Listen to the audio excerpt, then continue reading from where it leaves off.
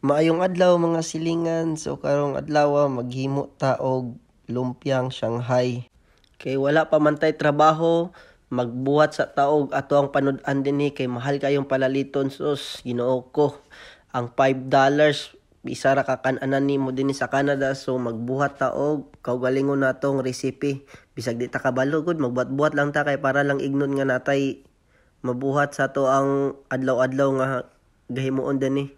So before din na nga video, ako nang gipanggutad ang mga panakot, ahos, bombay, karot. Nahuman na po din na natog timpla mga higala, mga silingan. So nakita ninyo kung inyong nakita nga gamay kayo ang ako ang wrap. Mo na gina siya din So magluto ta og mga pila ka buok, then atong tilawan kung lami ba ni nga to ang pagtimpla kay dili ko sure sa ako ang kuan ani kay murag sayop lagi na nako pagabuhat lagi kay tungod aning wrap siguro. And wala ko kakita og katong flour nga kuan dapat isagol sa lumpia. Sayop grabe na kulang ako ang mga ingredients ani, so ato na lang gud ni siyang tiwason kinasugda naman nato. So muna ni siya ang resulta. Natingala ko kay different gid kayo ilang lumpia dinhi wrapper og lumpia wrapper sa Philippines. So no, galibog ko kung sakto ba niya. So tilawan nato ato ang i-rate nato ato ang kagalingon nga templada. So unsa ba kani unsay resulta ni, lami ba kani or dili, parat ba kani or kanang kulang sa pagtimplas atong tilawan. So pag tilaw na ko ana day sakto raman, murag medyo tamis siya, pero goods na kayo para sa kuan beginner nga pareha na ako nga gasugod pa og luto-luto. And sa Philippines man good guys, mga silingan gakuan nako, gahulat na ko nga lutuan nilang Jade, usay.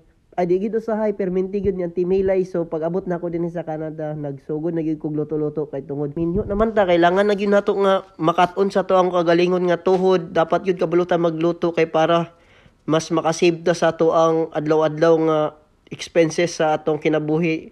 Samot na nga diri sa lain nasod mahal gyud ang palaliton. Kung dira siguro sa Pilipinas barato na, pero kung para sa mo akong nami diri man namo gasto na mong kwarta, so mahal gyud siya guys. So ayaw mo pag-expect nga kung unsa ang nadini barato ra nga na bitaw, di na to i-expect kay lisod kayo.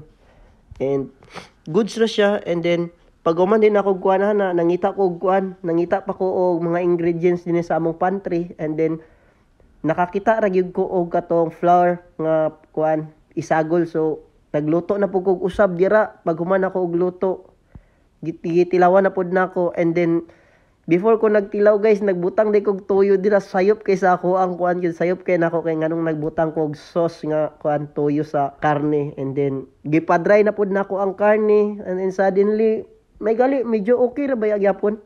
Okay ra ba gyapon ang iyang templada sa lumpia? Wala gyapon nga nang kung first time gid nimo nga magluto-luto, then murag goods na kay to siya para sa imuha.